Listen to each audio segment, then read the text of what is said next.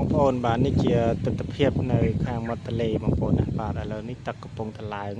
បាទបងប្អូនហើយខ្ញុំនៅកន្លែងឆ្លងដណាហ្នឹងហើយនិយាយរួមទៅផ្ទះខ្ញុំគឺនៅកណ្ដាលកោះបងប្អូនបាទកណ្ដាលកោះគឺទន្លេព័ទ្ធជុំវិញចឹងគឺទន្លេព័ទ្ធជុំវិញមានទូកគេបដែតមើងចឹងទៅខែនេះគឺខែវស្សាទឹកចាប់ដើមឡើងហើយបងប្អូនបាទនេះបងប្អូនអាចមើលទស្សនវិជ្ជា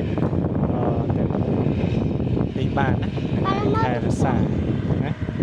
ខែវស្សាគឺទឹកចាប់ដើមឡើងហើយទីទៀតមានការបណ្ដាំទូកប៉ុណ្ណឹងអីចឹងណាបងប្អូនបាទនៅខាងខ្ញុំនេះគឺថាពេលដែលប៉ុណ្ណឹងទូកម្ដងគឺថាមនុស្សច្រើនណាគេមកមើលច្រើនបងប្អូនគេប៉ុណ្ណឹងទូកគេដាក់លុយដាក់អីចឹងណាបងប្អូនបាទហើយទូកណាលឿនចឹងក៏ឈ្នះទៅមានទូកខ្លះក៏បើកប៉ុណ្ណឹងទៅក៏កឡាប់ចឹងទៅក៏មានដែរនៅគេថានៅទលេចឹងណាបងប្អូនបាទហើយបងប្អូនបានចូលមើលហើយបងប្អូនកុំភ្លេចជួយចុច Subscribe ម្នាក់មួយផងបងប្អូនណាអរគុណច្រើនបងប្អូន